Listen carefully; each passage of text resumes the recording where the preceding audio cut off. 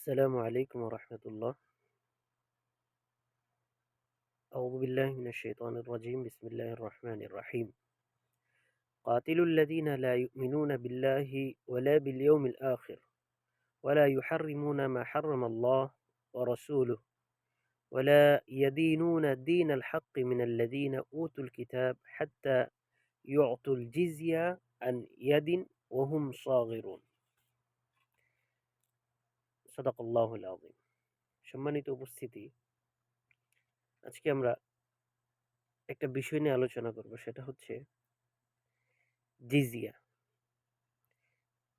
জিজিয়া কি এবং ইসলামের শত্রুরা এ নিয়ে কি উত্থাপন করছে মানুষের সামনে এবং সোশ্যাল লাইফে। জিজিয়া সম্পর্কে ইসলামের দুশমনরা এ নিয়ে কি বলছে, আসুন আমরা জেনে নিই। সূরা তওবার 28-29 নম্বর আয়াতে আল্লাহ তাআলা একটা বিষয়, জিজিয়ার বিধান উল্লেখ করেছেন, যে আয়াতটা আমি আপনাদের সামনে পাঠ করেছি। জিজিয়া হলো আহলে কিতাবদের মধ্যে যারা মুসলিমদের সুরক্ষার অধীনে আছেন তাদের মাথার উপর আরোপিত একটি কর।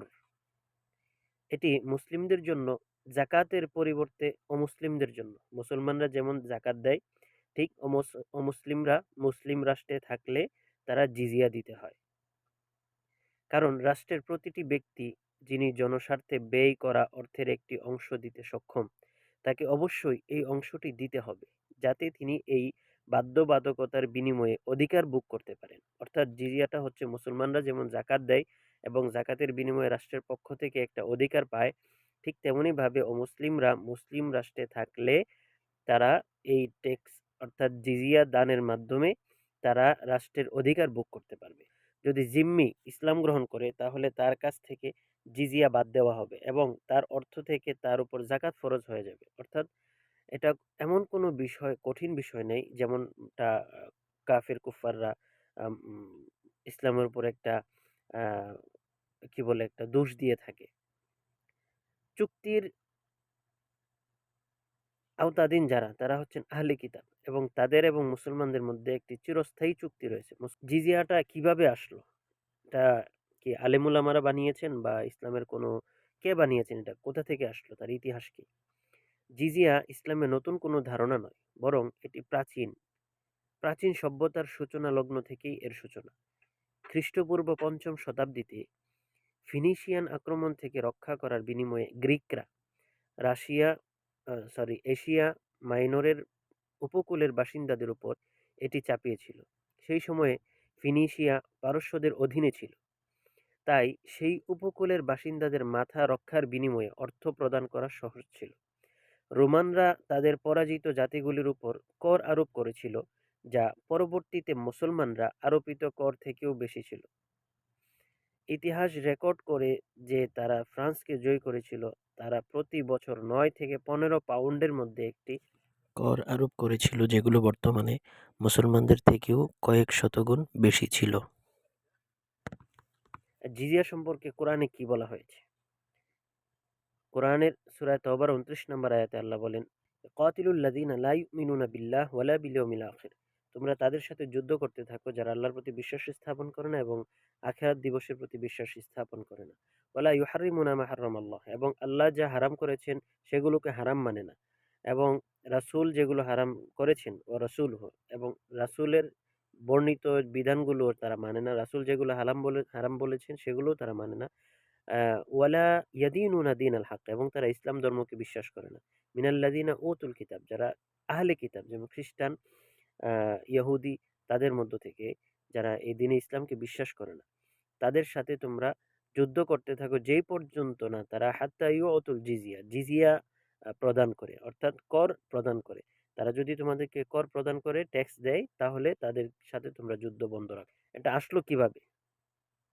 এটা আসছিল যখন আল্লাহর রাসূল একটি জায়গায় তার সেনাবাহিনী কমান্ডারকে পাঠিয়েছিলেন। তিনি তাকে অভিযান বা সেনাবাহিনীকে পাঠিয়েছিলেন। তিনি তাকে যে আল্লাহ তাআলার এই বাণীটা শুনিয়ে দিয়েছিলেন। আল্লাহ কি বলেছেন? যদি তুমি তোমার মুশরিক শত্রুর মুখোমুখি হও, তাহলে তাদেরকে ৩টি জিনিসের যেকোনো একটির দিকে আহ্বান করো। হয়তো তাদেরকে প্রথমে ইসলামের দিকে আহ্বান করো, যদি তারা সাড়া দেয় তাহলে তা গ্রহণ করো এবং তাদের উপর আক্রমণ করা থেকে বিরত থাকো।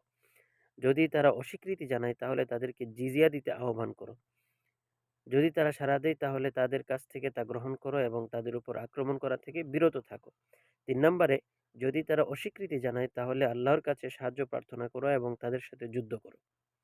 মুগীরা ইবনে শুবা রাদিয়াল্লাহু তাআলা আনহু থেকে বর্ণিত হয়েছে, তিনি নাহাওয়ান্দের দিন কিসরার সৈন্যদের উদ্দেশ্যে বলেছিলেন, আমাদের নবী সাল্লাল্লাহু আলাইহি সাল্লাম আমাদেরকে তোমাদের সাথে যুদ্ধ করার নির্দেশ দিয়েছেন যতক্ষণ না তোমরা একমাত্র আল্লাহর ইবাদত করো অথবা জিজিয়া আদায় করো। জিজিয়া আদায়ের ক্ষেত্রে বন্দীকে বন্দী হিসেবে বিবেচনা করা হয়।